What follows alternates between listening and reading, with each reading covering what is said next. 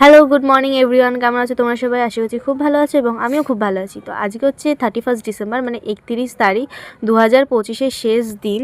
তো আজকে আমি বেরিয়ে পড়েছি একদম সকাল সকাল। এখন বাজে সকাল 7টা আর যাচ্ছি হাওড়াতে। আমার বাড়িতে কিছু গেস্ট আসবে, তো তাদেরকে আর কি একটু আনতে যাচ্ছি। আর আমাদের সকাল সকাল একদম প্যাক হয়ে বেরিয়েছি, পুরো মানে কানে একদম চাদর ফাদর জড়িয়ে কোট ফোট পরে বেরিয়ে পড়েছি। এত ঠান্ডা, মানে ওঠাই যায় না এই সকাল সকাল ঠান্ডার জন্য। তো কোনো রকমে বেরিয়েছি। তো চলো তোমাদেরকে আমি গিয়ে দেখাচ্ছি যে আমি কাদেরকে আনতে যাচ্ছি। তো দেখা হচ্ছে ওখানে গিয়ে, চলো। আর এই জায়গাটা কারা কারা চেনো আমাকে অবশ্যই জানিও। যারা যারা আমাকে জিজ্ঞেস করো আমার মেসেঞ্জারে এসে যে আমি কোথায় থাকি, তো আমি এখানেই থাকি। এখান থেকে আর একটু 10 মিনিট হেঁটে যেতে হয়। যারা যারা চেনো তারা তারা বুঝে যাবে যে আমি কোথায় থাকি। আর এখানে দেখো আমি বাসে উঠে বাস থেকে নেমেও গেছি হাওড়া স্টেশনে। বিশ্ববিখ্যাত হাওড়া স্টেশন, মানে সবাই চেনে, যারা যারা মানে কলকাতায় থাকে আর প্রায় সবাই দেখেছে কম বেশি।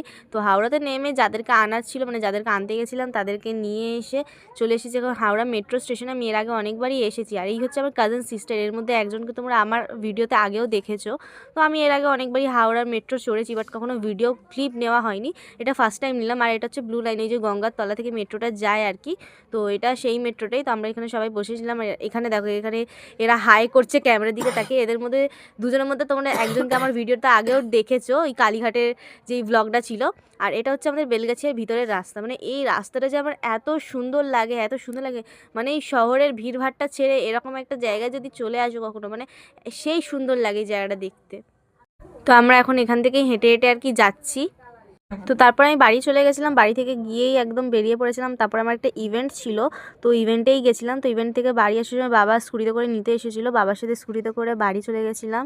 দেন বাড়ি গিয়ে সবার সাথে আড্ডা, হাসি মজা, গল্প হচ্ছিলো। যেহেতু মানে আমার বাড়িতে গেস্ট বলতে আমার 3 মাসি, তারপরে বড় পিসি, আরও অনেকজন ছিল, কাজিন সিস্টাররা ছিল। তো বেশ মজাই হচ্ছিলো, সবাই মিলে গল্প আড্ডা দিচ্ছিলো। দেন আমরা সবাই মিলে বেরিয়ে পড়েছিলাম সন্ধ্যাবেলা কার্নিভালে ঘুরতে। আর এখানে এই দোকানগুলো দেখো এত সুন্দর সাজিয়েছে। আর লাইটিং, মানে কি বলবো, লাইটিংগুলো সেই অসাধারণ লাইটিং সাজিয়েছে, বিশাল সুন্দর সাজিয়েছে।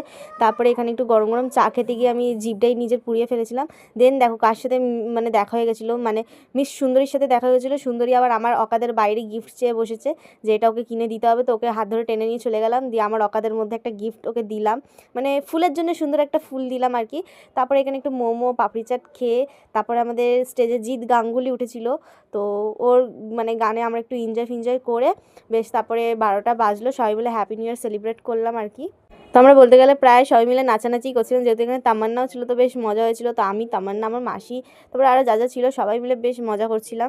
তো এখানে 12টা বাজার পরে আমরাও সবাইকে হ্যাপি নিউ ইয়ার বলছিলাম একে অপরকে। আর এখানে বেশ সুন্দর বাজি ফাটাচ্ছিল। তো তারপরে আর কি ঠান্ডা ঠান্ডা আইসক্রিম খেয়ে বাড়ির দিকে রওনা দিচ্ছিলাম।